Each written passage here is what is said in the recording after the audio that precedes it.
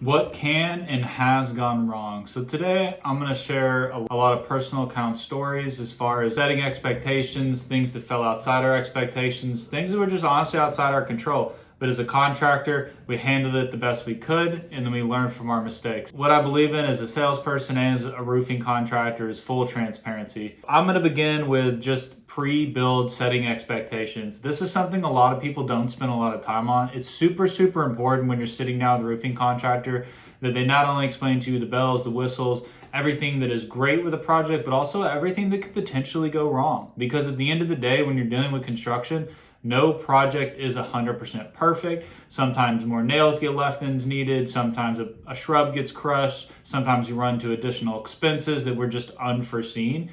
When you don't properly set that expectation, a lot of the times you end up with an upset homeowner, rightfully so.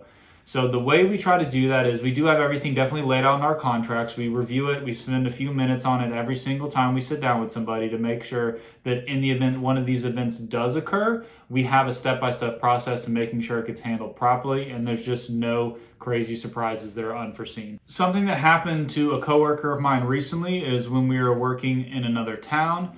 We didn't do an attic check before the build was done, and somebody had violated code. The HVAC technician that originally installed the system, he put a line right underneath the roof decking. So as you guessed, when we went to go install the roofing system, one of the nails penetrated the decking, hit that line. It was almost a $1,500 to $2,500 mistake.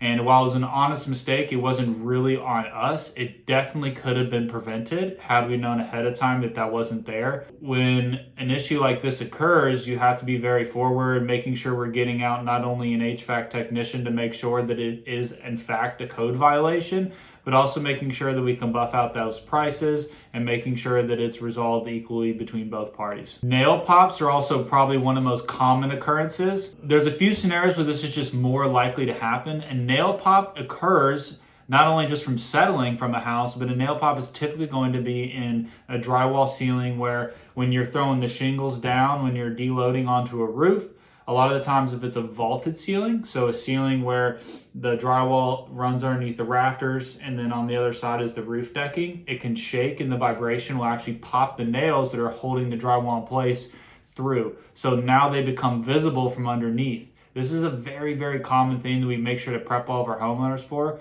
because sometimes it's a small occurrence. When those events do happen, it's something we can help out, maybe potentially just spackle those areas and kind of blend it a little bit. Without a forewarning on what exactly that is, it can be very discerning to a homeowner to all of a sudden, quote unquote, see their ceiling falling in. What that is, again, is just the nails popping through. Another common occurrence that you're gonna find is poor cleanup. This is usually going to occur when it's getting dark and we're trying to go in overdrive just to make sure the whole project is finished. While this does happen from time to time, it's very critical to make sure that either the site supervisor, somebody from the company, or one of the crew members is going to be there the following morning to make sure they can do a double check to make sure that there's not an excess amount of nails.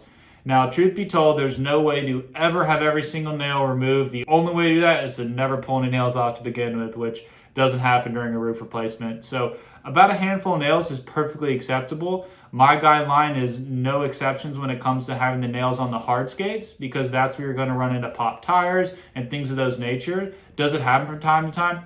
Absolutely. Again, it's construction, accidents happen, things get overlooked, but this is kind of my standard when it comes to cleanup, making sure we triple roll those hardscapes, and then also just making sure we're doing a good job in the beds, making sure we're blowing any very fine debris like granules back into the beds, making sure it's restored to how it was when we originally showed up to the property. There's a few different systems you can also use. There's something called a catch-all system, which is essentially the assembly of nets and poles that you can put around certain areas of the home to make sure it stays better protected. You don't necessarily have to do this on every property, but it is something you may want to bring up to your roofing contractor if there's maybe some vegetation or an area you really want to protect. Maybe it has sentimental value and it's not something you can physically move away from the home. Something that occurred for the first time also happened last year. So when we are working more than 2 hours out of town, as we do occasionally because we're licensed in South Carolina, or if we're going a little bit more to the outskirts of Georgia. Side note though, if you do have a brand new pressure washed driveway, be wary. Tire marks are almost inevitable when it comes to any kind of heavy weight on a tire that's on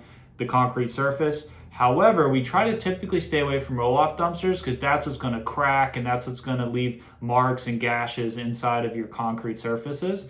When we are out of town though, we do a lot of times use these services.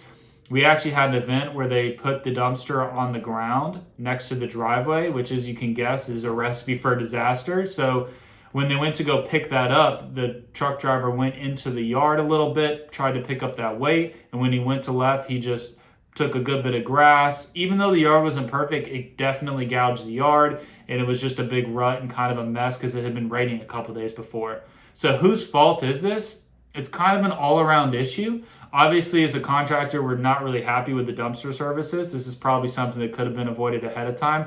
However, we're still going to go back. We're going to put some hay down if it was fescue before, maybe even a few pieces aside. Just something to make sure that that area doesn't create a runoff in their yard and that there's something to actually help retain that water. While we may not be able to perfectly restore that area, we're still going to do our very best to bring it up to the homeowner standards to where it's a happy ending. Something that I actually made a mistake with when I was very early in my career in roofing was I didn't replace skylights. They were probably around 15 to 18 years old. They were definitely the original skylights to the roof we were replacing. And I offered the homeowner to save a little bit of money, have us just reflash these skylights, even though there was no new flashing kits because this model number doesn't have new flashing kits anymore. So what we're doing in the field is cutting trim coil and fabricating our own flashing to divert the water away.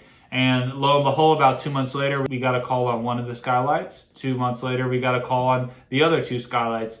So this is one of those issues where it may sound good on the front end to quote unquote save homeowners a little bit of money.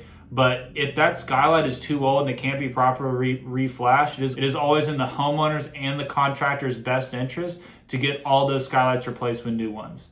And that way you don't run into issues 2 weeks, a month down the road. Lastly, was a mistake I made a couple years ago. This is something that could have easily been prevented had I properly secured all my equipment to my tool belt. It was during an inspection. I was walking around the roof. It was right after a recent storm had occurred. And I was doing a storm inspection, and as I was walking around the roof, I actually had my measuring tape clipped on the outside of the pocket instead of on the inside of my tool belt. And as I was rounding a corner and swung my leg, the measuring tape actually came off of my tool belt, stumbled down a slope, fell down onto the porch, and broke one of their tables. And of course, it was a matching set of tables and chairs. So as you can imagine, the homeowner wasn't too happy. And he wasn't even aware of it until I had gotten down and actually explained to him exactly what had happened to go get my measuring tape. Now, there was a couple ways I could have approached this. I could have said nothing, left the property, never came back. Definitely not the right way to handle it. Or I can go admit what had happened, talk to him about it, and then said, hey, this is something where please let me know where the price is and I'd be happy to replace it. And that's exactly what I did. So there's a lot of things that contractors don't want to talk about as far as the good and the bad and the ugly when it comes to the roofing space. Those are just a couple stories I like to share with everybody just to make sure that when you're talking to a roofing contractor, they're setting those expectations and you know what can actually happen during the construction process. Thanks for watching, guys.